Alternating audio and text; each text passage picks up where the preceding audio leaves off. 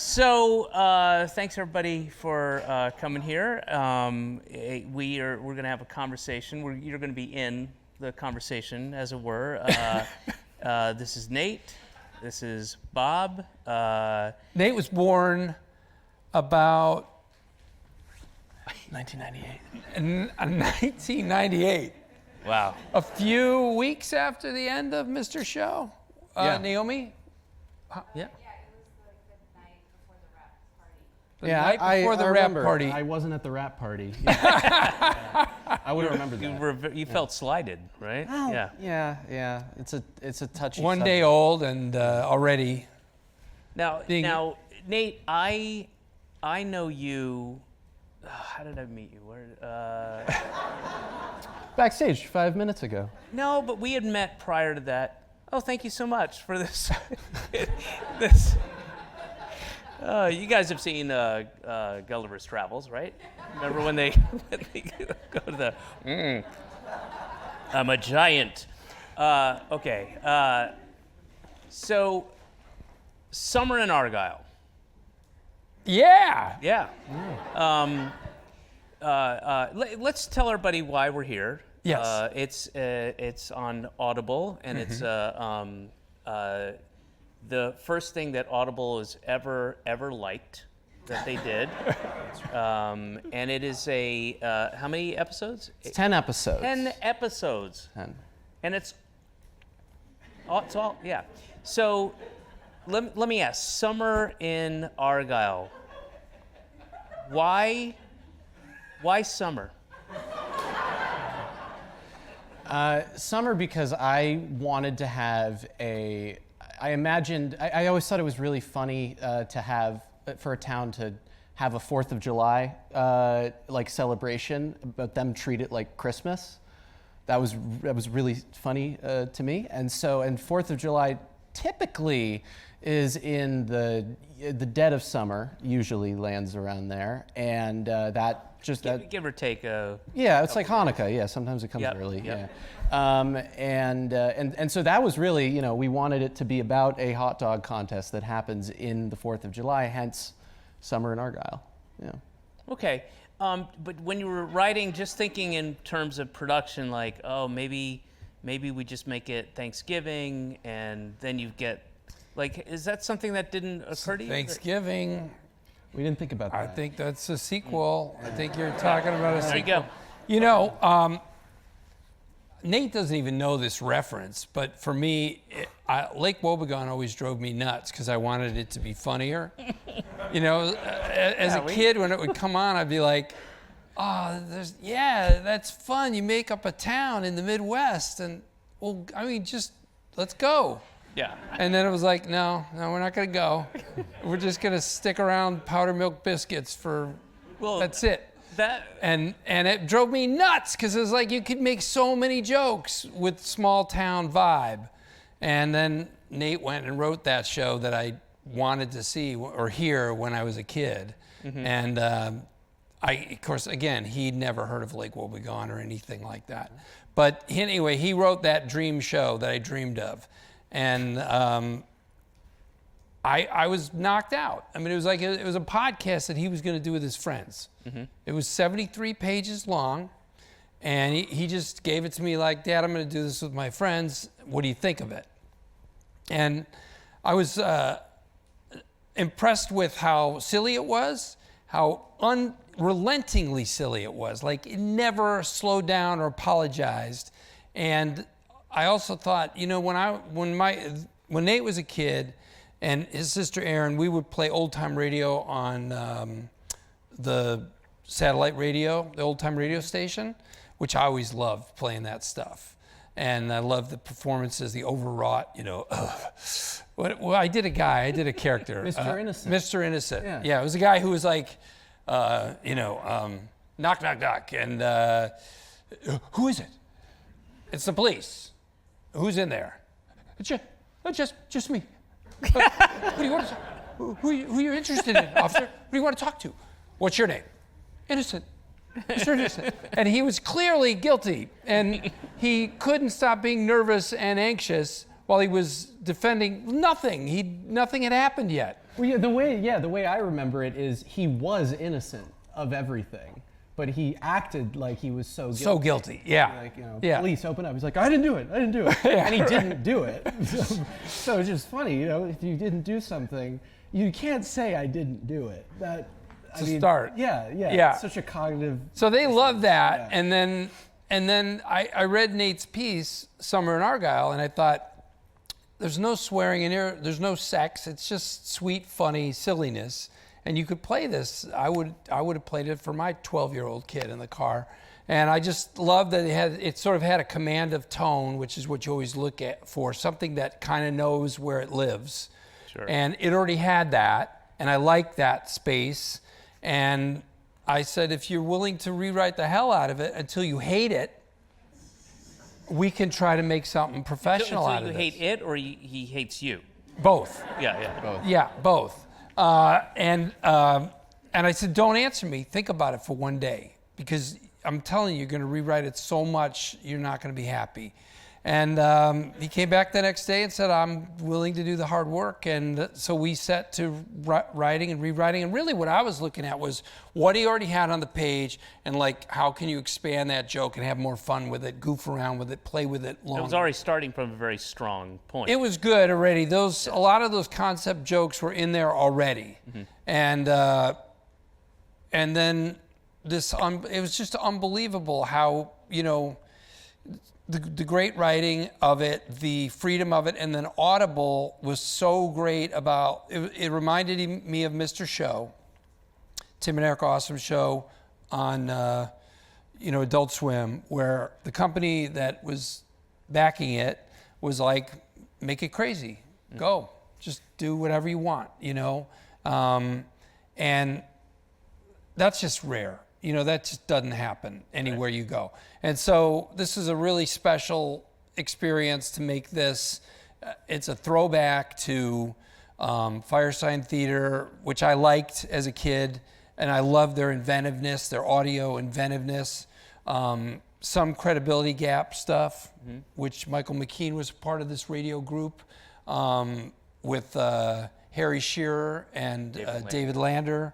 And they did such great comedy and made some great records. And it's Lake Wobegon times 300 in the comedy department. And it's just kind of like, you know, when we do what we do, we want to be as funny as we can be, but you're constantly trying to reach out to the audience and ground it and slow it down and justify it. And this, we didn't do any of that. I mean, it's just what's funniest, what's the next joke, just chasing the joke. And it's written and it's tight and it's got songs in it. I mean, you can't improvise something this big, but it's the closest thing to, if you've ever seen a great Herald team, and I've seen a few, it's the closest thing to what you would see in a great Herald show. Explain what... A Herald is a long-form improv that some people have gotten very good at over the last 30 years. You'll find a group or two, usually they do it 4 nights a week. They're like just always improvising. They know each other's brains, and they can make a great, really a worthwhile show for you. Improvised. I mean, TJ and Dave are. Yeah. I mean, if you get a chance to see those guys, they do put on. It's all improvised, and they'll play multiple characters, and sometimes it gets very poignant, and you can walk out of there saying that's some of the best theater I've ever seen. But yeah, well, that's the closest thing that this project is to. Again, Nate just wrote a funny thing. I mean, do you want to talk about what you were writing when you wrote it originally? Yeah. It was, as you said, it was going to be just me and my friends in my dorm at the time. This was October 2019. And what a time to begin an audio-only endeavor. Can I ask real quickly, did you have anything, when you wrote it, was it just you and your friends having fun, or did you have a thing in mind like, I'm going to write this and get this done? I will say initially it was just me to do with my friends, and we were going to get it done. That was we had every intention. I have a lot of really great friends back in Chicago who really are incredible actors, incredible musicians. Although I will say, when I was writing the Doctor character, I imagined Paul F. Tompkins playing it, and then he played it, and that was. If you download it or get it on Audible, if you have Audible, go to it. Just skip around all you want. There's a story there. Well, but no. Listen. I encourage people Slow it down, even. But chapter 8 is all Paul F. Tompkins tearing it up. And so you're saying start with chapter 8? No, I'm saying go wherever you want, but don't feel badly about going to all the different wonderful performances. I mean, Tim Robinson as the cop is so great. Stephanie Courtney is amazing throughout. Everybody kicks ass. Everyone in the cast. You are so funny with Michael Naughton in the Quicken Loan, where you try to get a loan for $1 million, and it's really wonderful old time comedy, really, and. That's a whole separate thing, is how it came together as a professional piece. But the writing of it started with Nate. And would you have any references for what you were writing? Because I of course, immediately thought of all these things that I've listened to my whole life, but you don't really know. It was, I just wanted to make something that was funny. That's really what it comes down to. And then, of course, there's all of the references that I grew up with around you, with like Tim and Eric and my mom, obviously, and Tim and Eric and Mr. Show, and my God, 30 Rock, The Office. That was what I was brought up on. The Simpsons as well. So there's all these like very loose inspirations that I've taken from, obviously, but at the end of it, I just wanted to make something that was makeable. That's the bottom line. I had a mic in my room, and we had eager and excited people that we were all going to make it with. We had table reads, all that stuff, and then Audible stepped in and just took it to a whole new level. That's really the story of it, and all of the inspiration that comes with it. Those were all in the later rewrites, I think, especially when you got your hands on it. That's what I'd say. Yeah, but you did the rewriting. I just sat you down and went, make this better, do more with this. And then you went off in your room and did it. It was great. Yeah. One time Nate came to me, he was around, I'm gonna say he was around 14, and he looked sad. And I go, what's going on? He goes, oh, my favorite shows are Mr. Show, Tim and Eric, Breaking Bad, and something else. You're in all my favorite shows. He didn't seem happy about it at all. And it occurred to me that what is the worst thing that could ruin your favorite show? Your fucking dad's face. You're liking the show. You're loving this show. This is so, oh, my fucking dad. Oh, it's good again. Oh, my dad, what is he doing? Get out of here. I will say, when Saul Goodman says, "Listen, son," I'm like, whoa. My God, that's unreal. They need to recut the whole show with those words out, just for. Do I say that ever? You say it like 3 or 4 times, yeah. I know, I counted, because it's like, listen to me, son. What? Is there somebody off camera who I don't know about? Well, I was surprised Nate wanted to do it, and because of what I threatened him with, not liking it anymore. But it was just unbelievable. And then to record it during lockdown times, and everyone was so great. You were so great, David, and you did such a great performance. And everybody, I mean, can I just read the cast list? Yeah, please do. Because it's unbelievable. Someone named Bob. Oh, that's a typo. I was happy to be the narrator, because I always kind of dreamed of playing that Midwestern narrator guy who wastes your time with a lot of nonsense. David Cross is in it, who owes me nothing, but I think he thinks he does. Your font is so small up there, David. Yeah, that's fine.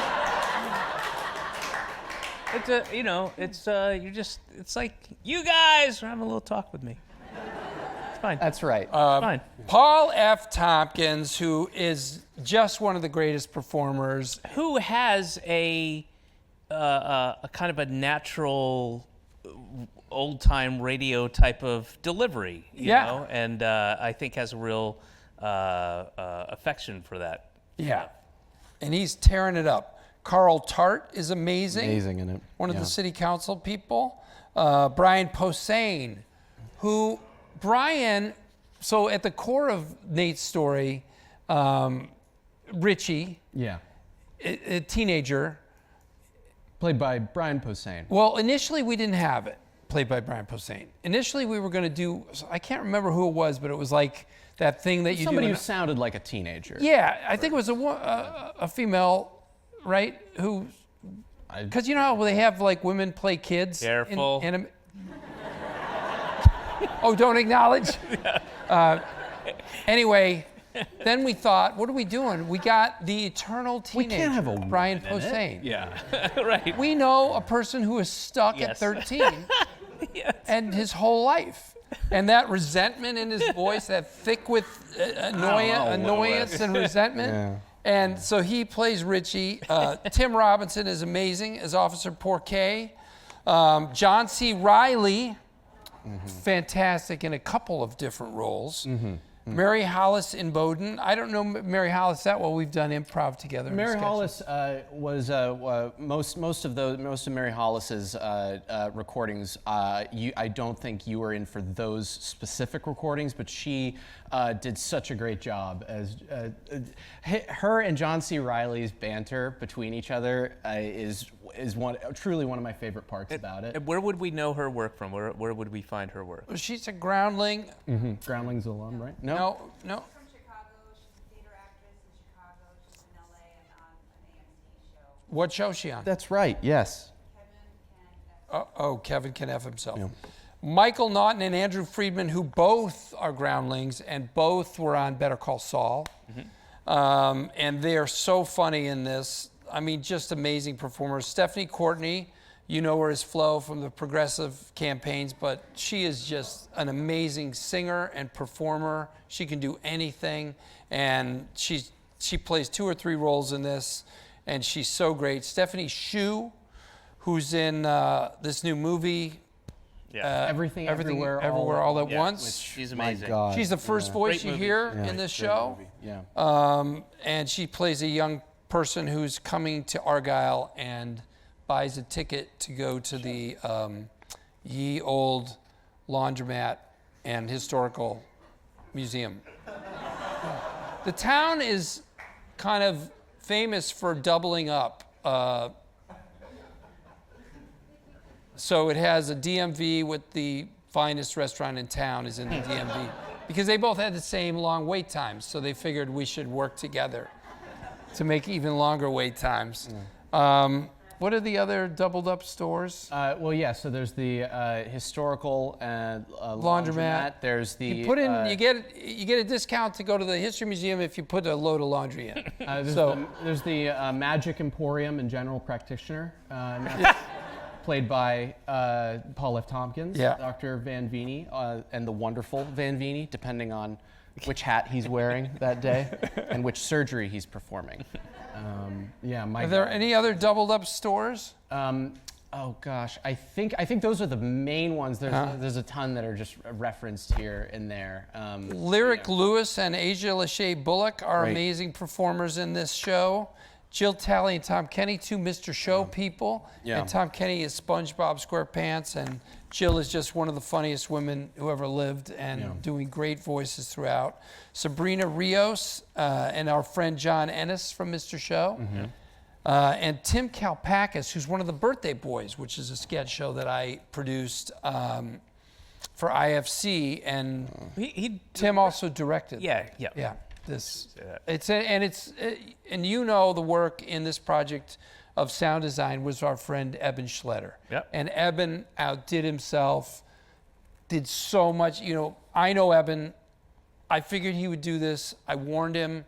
I said, please just do the best you can with, you know, with the time that you have, and of course he just gave everything, and his whole life went on hold for months, and all he did was create Argyle, the sounds, the music. It's unbelievable. You refused to pay him. I said to him, if you really love this project, you'll pay me. Oh, all right. And I want to know, actually, I'm sure a lot of people want to know, Nate, what was it like working with your dad being a comedy legend? What was that like? Comedy, a jerk legend. A legendary jerk. Oh, you're right. I'm sorry. I apologize. Apologies. I got a hold of it before we sent it off to David. Yeah. It was Daunting? trying, definitely. I think you got a really bright future ahead of you, and I'm excited to see where you go. Would you say I've grown? I'm excited to see where you go in the future with your endeavors. You know, and it doesn't have to be comedy. It could be. Maybe it shouldn't be comedy. Oh yeah, there's so many things behind the camera too that are just as important if you think about it. But if you don't think about it too much, but if you think about it a little. Yeah. Well, yeah. Right. Best of luck. What was it like working with your dad? It was fine. I think we both had like very similar, even though you have like this whole wealth of, and it was on display here tonight, this wealth of knowledge of incredible projects that have happened in the past and what not to do also. I came up from it relatively, with a lot less, I think.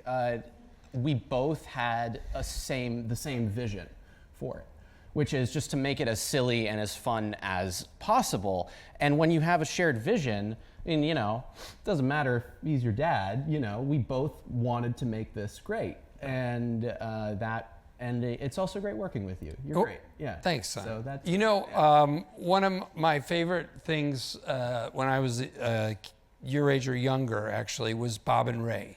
Mm-hmm. And I've always wanted to do something that so you're named worked after, in right? that area. I wish I was. Yeah. But this is different because it's kind of bigger and showier. They were very dry. But there's probably some moments in here. I like Bart Gravy, the Tom Kenny and Jill Talley, the married couple who are, they're freshly divorced. And yes. They're the sports announcers, and they really are mad at each other. They hate each other. And they have to commentate a hot dog eating contest from a very small booth. Yeah. I like that. That's really the kind of thing that Bob and Ray would do. Yeah. Mm-hmm. A couple who are really peeved at each other trying to call a hot dog eating contest. And so, there's things in it that remind me of that as well, which I just love so much. I mean, audio comedy, I started in radio. I don't know about you, David, but I started in radio at college. You didn't go to college for long, right? A year and a half? No, but I did. There was a thing that was called, friends of mine were in this popular band at the time, the Cave Dogs, and we did the Cave Dogs Fun Time Hour to raise money for the station, WERS. And we would construct this whole, and they would play live, and we'd all do this whole thing live, and that's about my only thing doing that. We did like 3 of those. Yeah, and Mark Rivers is in that group, and he's one of the funniest guys ever, and a great writer for Mr. Show and many projects. So I always, I still want to do more in this area. Had you done radio before, like in? Oh, I did tons of radio. That's how I started. I mean, I actually was so wary of show business that I wanted to do comedy, and I loved comedy, but I thought the best I could do is I can do radio. I'm, not in front of an audience. It feels like there's a structure to it. And so I started and thought that's what I would do is radio. You talk about in college? In college, yeah. I did radio comedy at Marquette University. I had a show for the year that I was there. And then the 2 years I was at Southern Illinois University, I had a show that when we did Mr. Show, I think I told you, you had done cross comedy, and we both were like, we had done similar shows to Mr. Show in our past, and we both wanted to find a way to do that on TV. I mean, the planning for Mr. Show was about 2 minutes long. You know, it was like, let's do a show, let's have the sketches move into each other, maybe we'll have themes, maybe that'll work, maybe not. I mean, the end, let's go do it. And it was so quick, and he'd already done it as cross comedy. Well, I saw, but your one-man show I saw, and I was like, oh shit, you're gonna, there were the half of my face is a clown? Yeah. There were elements that were definitely Mr. Show. Yeah, type but things in there was a show I did at Southern called the Primetime Special. It was on every week, and with my friend Tim Thomas, that was Mr. Show, really. Yeah. And also somewhat like Argyle, because we did Small Town People. So I love this stuff. I mean, and what's so great about Argyle is you're just chasing the joke. It's just something you don't get to do. You know, as a comedy writer, it's a dream to get to just beat the crap out of jokes for 2 or 3 pages. Did you guys find it liberating and easier to do it knowing it was just audio, or were there restrictions and parameters? Well, I had no idea that Eben would make it as great as he did. I mean, he made it. There's things like when my character is, I was wary of some parts of the story. My character climbs a tree, and he's sitting in a tree talking to John C. Reilly's character, and that's a lot of concept, you know. Oh. But Eben, well, you got the tree today's limb, generation. the tree limb going creaking, and the birds around us, and he really brings it to life in a way that I never thought it would. I never thought it would be that good. That's a great example, because if I saw that visually, it wouldn't go anywhere past the thing. Right. Okay, I get it, you're up in the tree. But when you do it, what you just described, right? Because I haven't listened to it, I never will. But when you, I can really. I like that idea, because it can almost be as funny as way possible more fun in your head. Yeah. And when you get reminded of it, you're like, oh, right. And I can hear the birds, and I can hear the creaking branch. And well, I mean, it's tribute to Eben, really. But I think that it surpassed what I thought it would be. I mean, for me, I'm always thinking the best thing about it is when you sit into a 2 to 4 page comedy bit. You and Michael Naughton at the Quicken Loan. And he fires the woman who works at the front desk, and then he rehires her at the end of the scene. He fires himself, right? And he gets rehired, and it's just a fucking great little silly 4 minutes of stuff. And we have a bunch of those. They're all over the place in this. That was, to me, what the greatest aspect of this. On top of which, the tone. You know, whether it's Tim and Eric or the Birthday Boys or this project, that's what I'm always looking for when I see somebody's raw material. Because one joke might work, 2 might not, and then another one works. And comedy is always going to be that. It's always going to be like, you can't guarantee a hit with every joke, every twist, everything you present.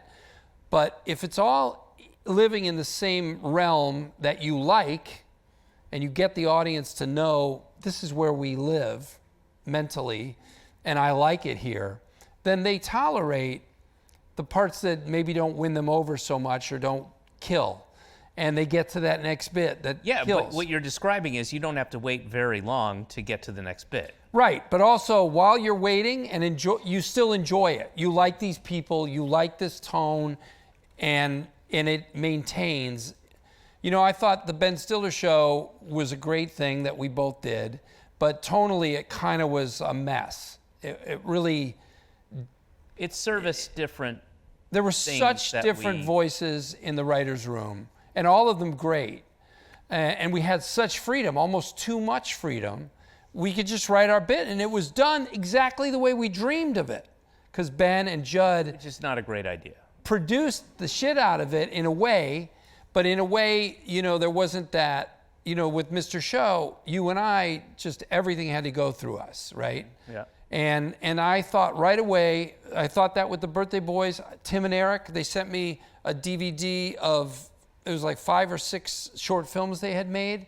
I didn't know them at all. I just popped it in my computer, and these were vastly different. One thing was animated, one thing was a music video, one thing was the Cat Film Festival, and I thought, as different as these things are, once I'm starting to get to know these guys, I think I know how they're seeing the world.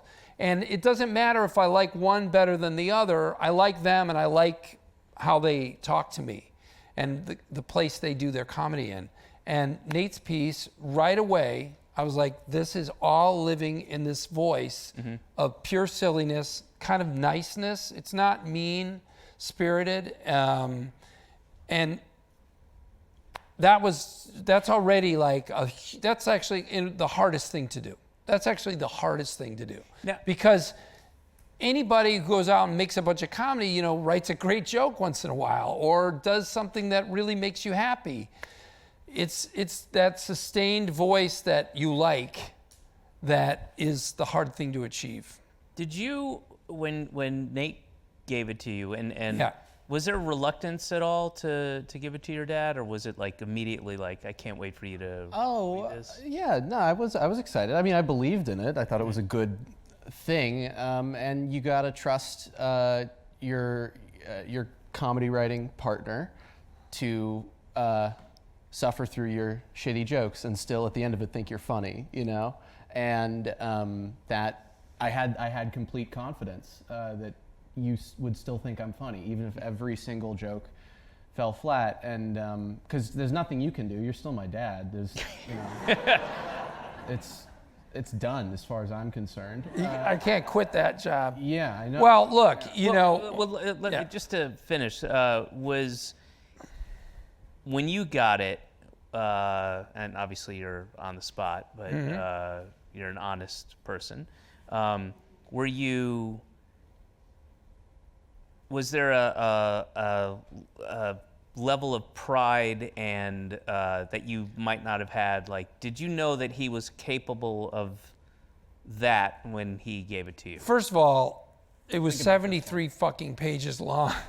That was wait, what? Because Nate's been writing for years, and he's been writing a lot of short comic pieces. He writes sketches, short essay type comedy, and so he was like, I'm writing a podcast with my friend. He's always writing 10 things, And all right, I finished that. I'm going to do it. Do you want to read it? And then it was fucking long as shit. And I was like, okay. Yeah, first thing he said to me was, this took forever to read. And I'm like, oh, he's going to love it. This is great. We're on the road. Well, I actually didn't read it right away. I think I sat around for a month or two because it was too long, and I was like, I don't even know if I want to start that thing. And I was worried about it Mark Twain being had that problem. People wouldn't read his shit for 3 months. They're like, it's too long. Yeah. They eventually got around to it. Yeah. I think I was really, when I got, to page 10 or 12, I was like, oh, all right, it's that tone thing. It's this is fun. I like these people. I like this level of loopiness. Now, I like things that are pretty loony, and this is as loony as it gets. And that's its own quality that I actually appreciate because, like I said, so much of what we do, it's not like it gets worse, but there's a certain level of toning down your craziness that you have to do in every other venue that we perform in almost. And it's perfectly fine. That's life. That's going to be, if Nate carries on, and I don't see why he wouldn't. He's been writing great stuff. That's going to be his life from here on out. But it was so great how free form it was. And And so I was very happy that I liked it so much. And believe me, before I asked them, I put myself through a mental exercise of, would this be fun to rewrite? Would it yield something potentially fun to share with everyone? And the answer was yes. I thought it was really unique and special. And there isn't much that's happened like it in a long, long time. And I know there's great podcasts. I know especially Scott Aukerman and Comedy Bang Bang does a lot of really unhinged, like really unhinged, like absurd, almost for absurd sake. And it's worked really well. There's a huge audience that's really enjoyed it.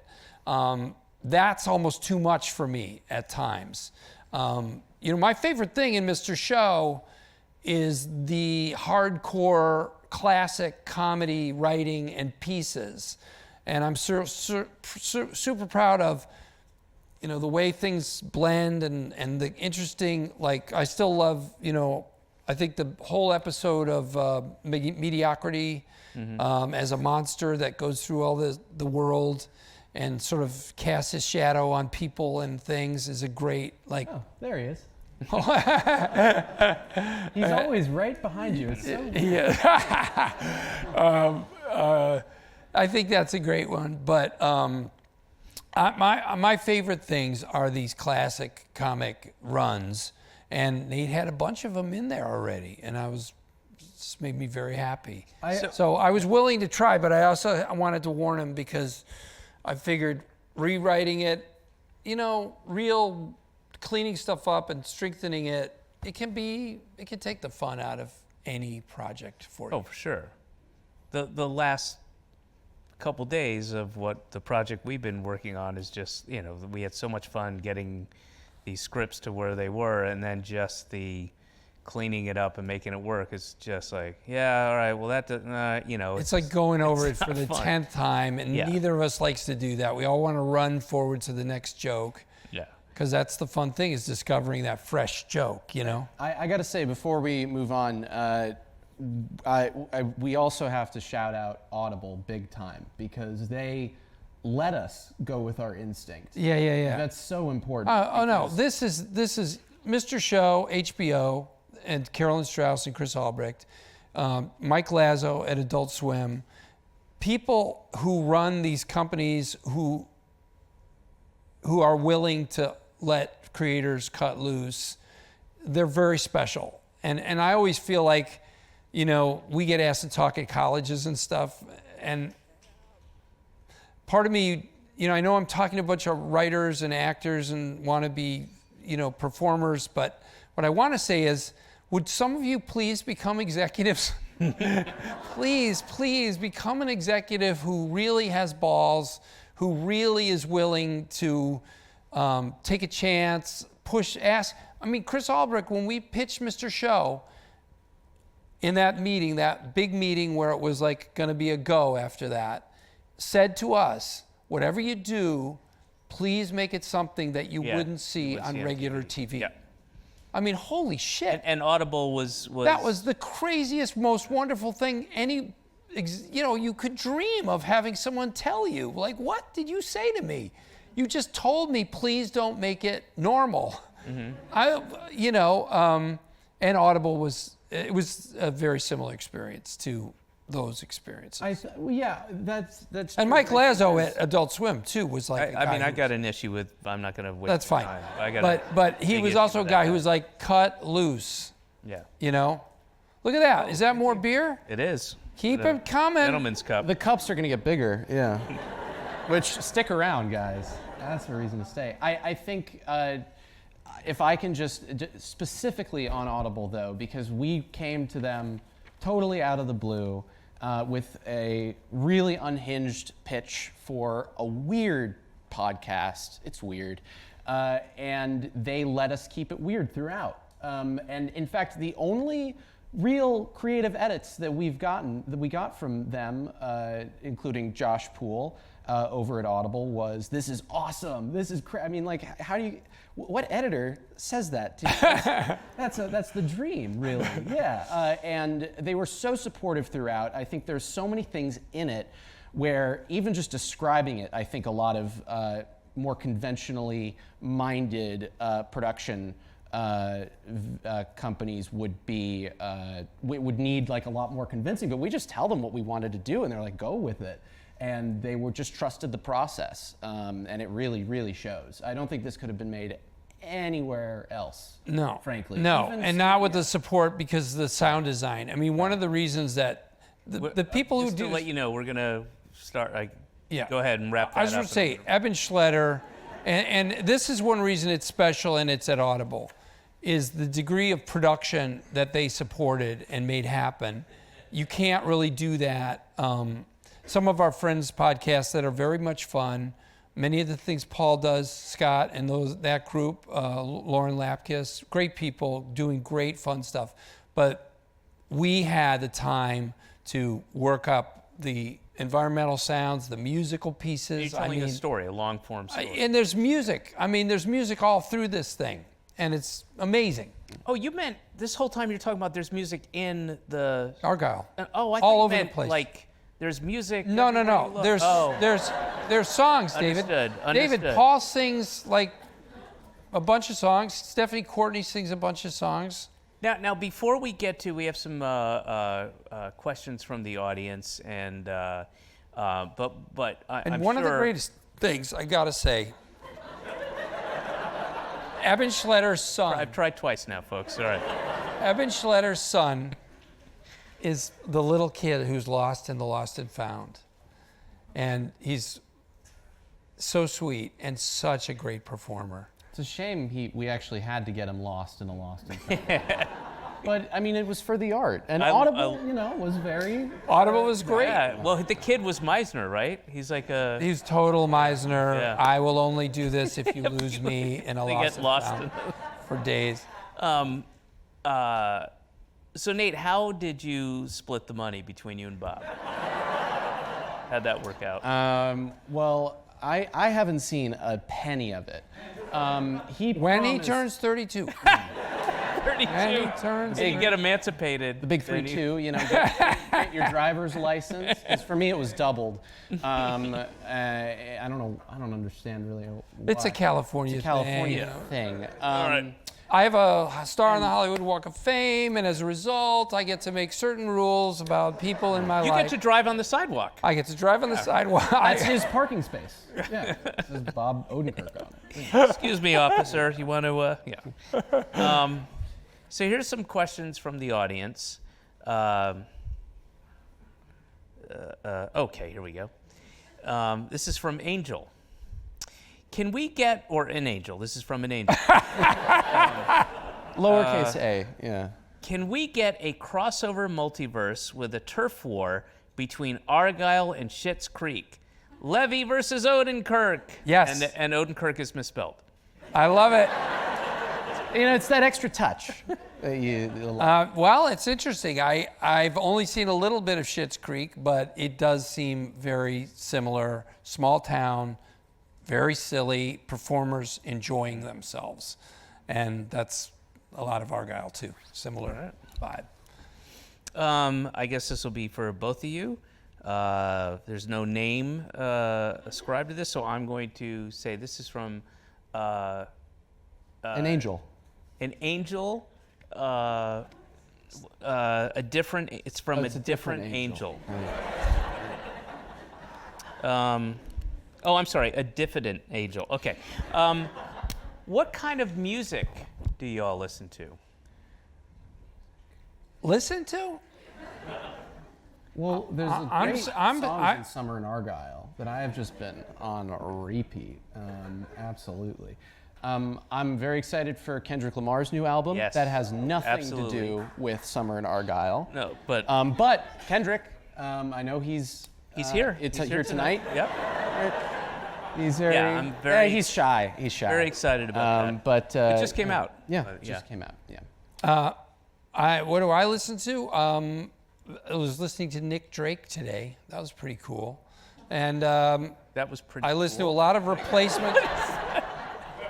I listen to the Replacements a lot. Yep. And Rolling Stones a lot. Yeah. Especially the years in the middle there with, what's his face? Played the slide guitar. And Nate, what are you listening to? I'm You're the mostly what? You're the youngin'. Yeah.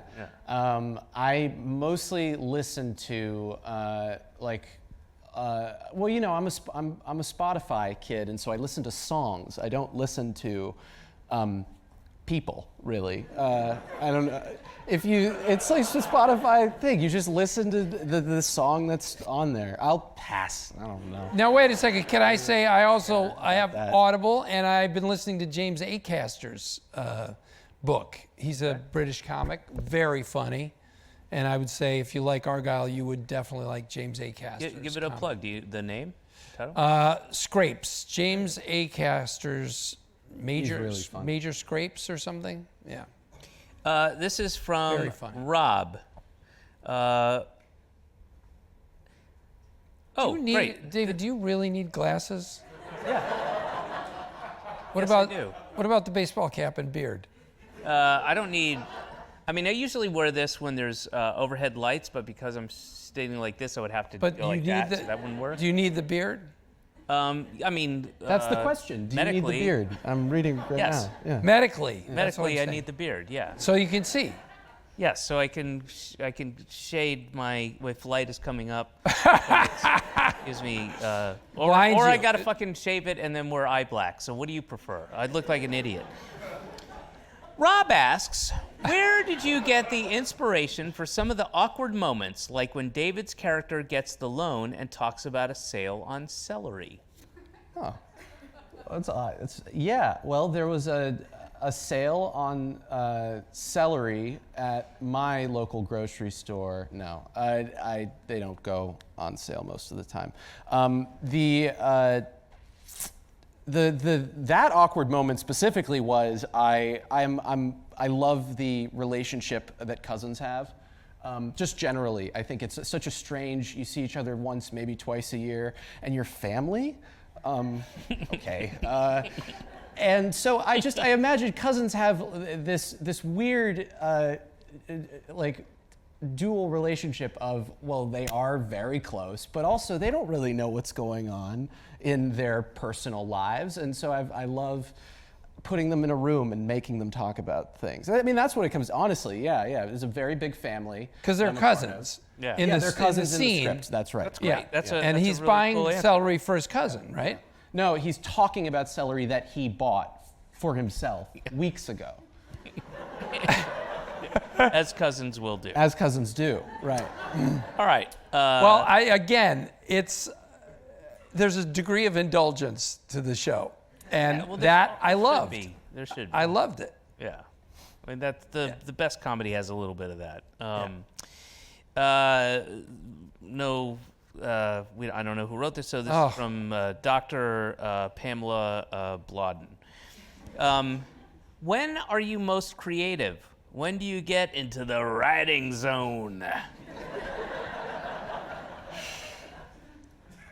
I can tell you when I'm least creative, usually in the afternoon. My brain is dead. The question, I'm sorry, I'm so sorry. The question is, when are you most creative? That's the opposite of... In the morning, for sure. It's earlier in the day. And I don't really, I used to torture myself to write, and now I just do it. It doesn't feel like I have to find this time or be in a particular headspace. SNL famously fucked me up, and it's in my book.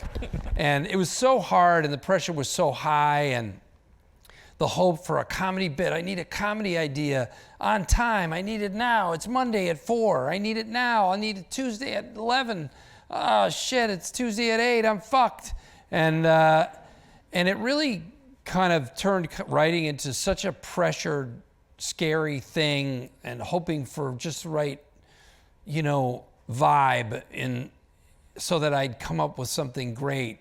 And I think that after many, many, many years of writing, including all of Mr. Show, I somehow got to a place where, you and I just, even if we're tired or, it's better to write in the morning. But the truth is, if you said we got to go write a bit, we could just go do it.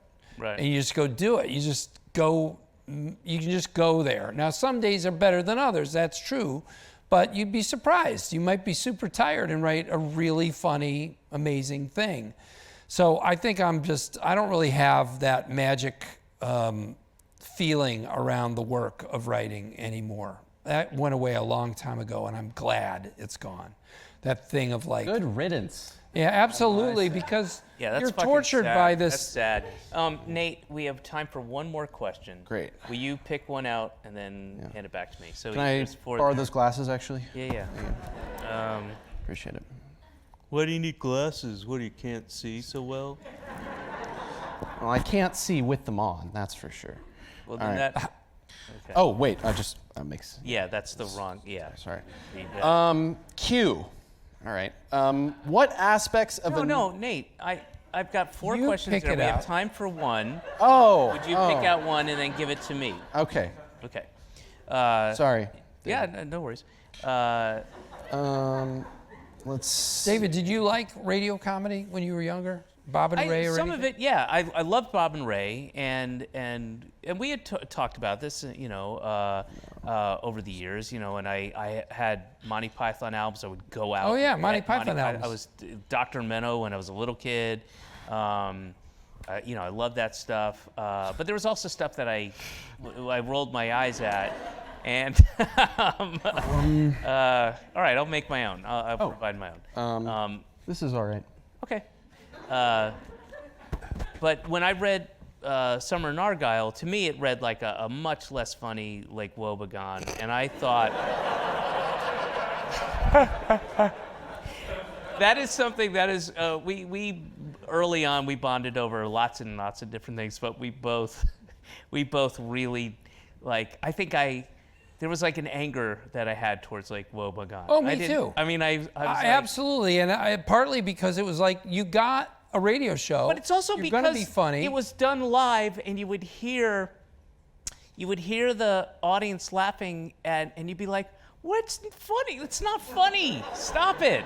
And it's the kind of laughter too that when I was younger and I'd come to New York, or I would go to like an independent art cinema, which used to be a big thing. You go to Vanguard or wherever, and you go see a film, whatever film it was, and like that middle Woody Allen type period, and then they'd make a reference, and people would laugh like this, like mm-hmm.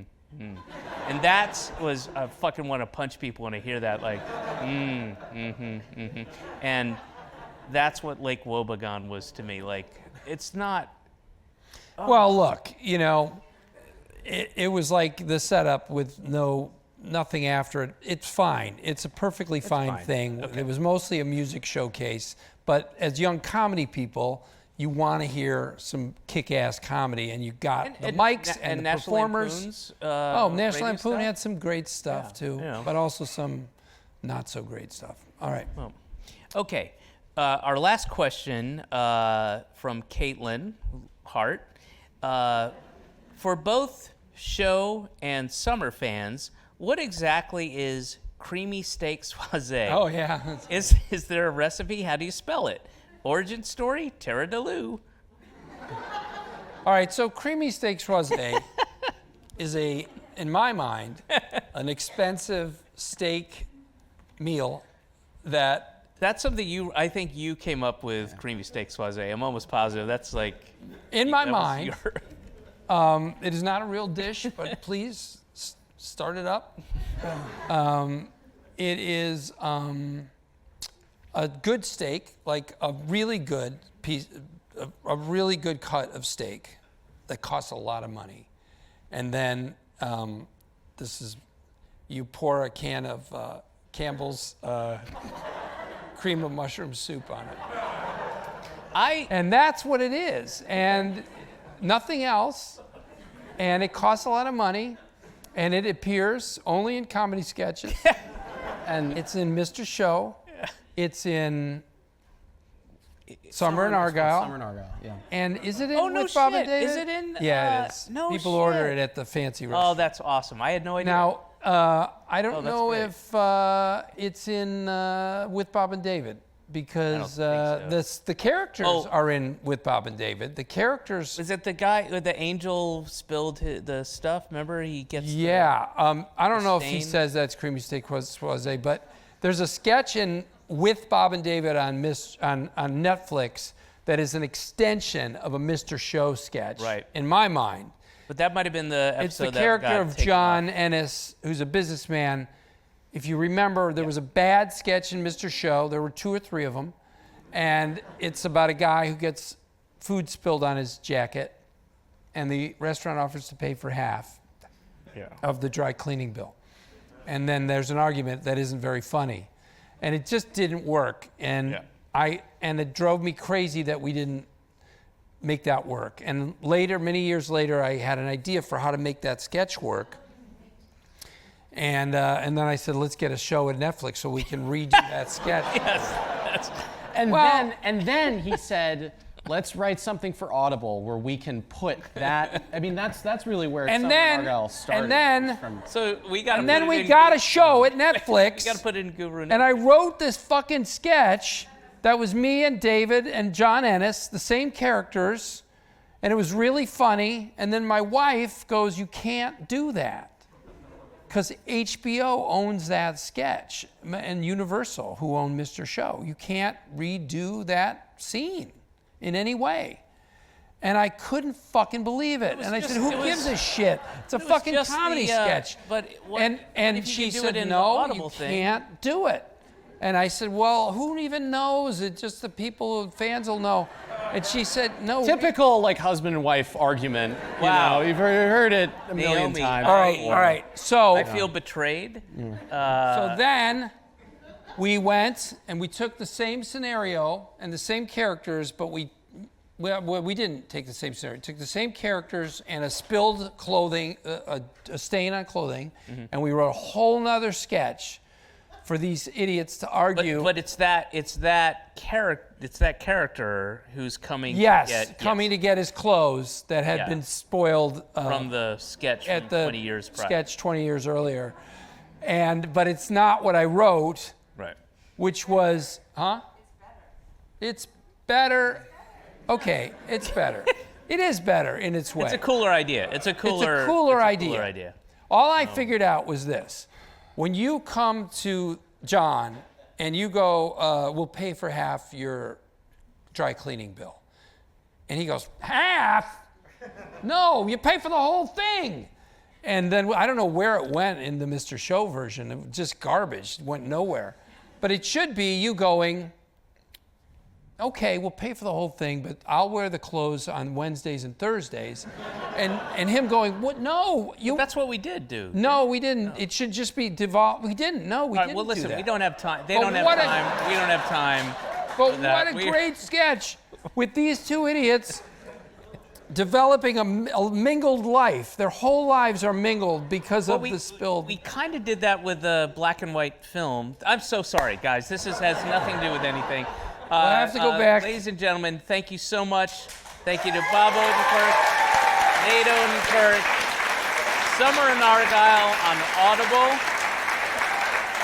Check it out. And thank you for coming. All right. Thank you. Thank you. All right.